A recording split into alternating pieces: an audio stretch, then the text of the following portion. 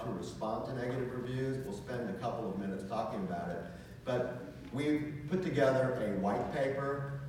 Feel free to take a picture of this. You can email me afterwards and I will send it to you.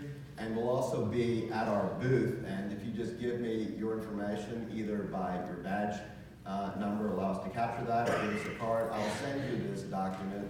We'll also provide free complimentary monitoring of what people are saying about you online.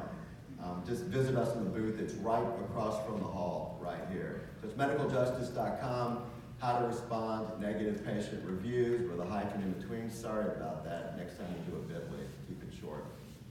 All right, so responding to negative reviews. Yes, it can be done. There are ways to do it. Nobody likes receiving a message like this. Dr. X is a butcher. I had a facelift and developed an infection. My recovery took months longer than expected. This is an ugly review. Nobody wants to receive this. But this was a brilliant response, and I would argue that it satisfies HIPAA, and I think it turned a negative into a positive. We're sorry anytime the patient develops an infection. The infection rate for this procedure nationally is 3%. In our practice, it's 1%, far lower than the national average. So look what you've done right there. You've already sent a marketing message that you're better than everyone else. This has to be true, but if your infection rate in your practice is lower than national average, take ownership of it. Tell the world about that. Still, patients are not statistics. They either develop an infection or they don't. We will stand by any patient who has a complication and do our best to assist them with their recovery. We will not abandon any patient. We want them to get better. If they had a problem, we'll figure it out. We'll figure it out collaboratively and together. So you've got two marketing messages right here. Number one, we have a lower infection rate than average. And number two, we will stand by you. You are not alone. We will try and fix your problem.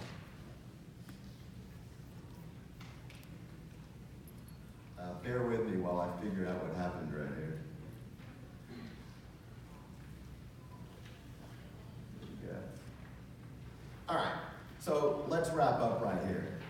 Everybody hates the regulatory issues. These are challenges for everyone. It's not just your problem, it's everybody's problem. And I would argue you should be compliant. As ByrdAdatto says, compliance is cruel.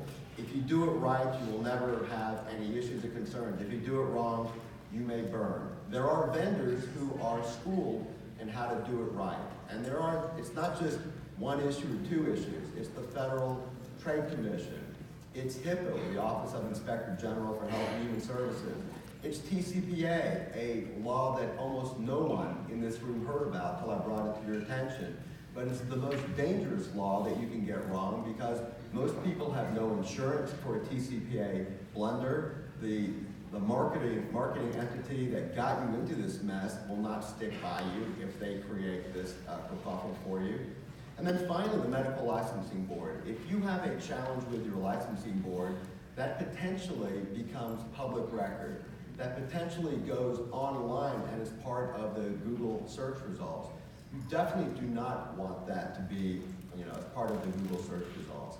So the challenge is it can be done. We have a service that does it. We have an easy button that allows you to capture point of service reviews in your practice, get them uploaded compliantly to the dominant review sites found on page 1 of a Google search.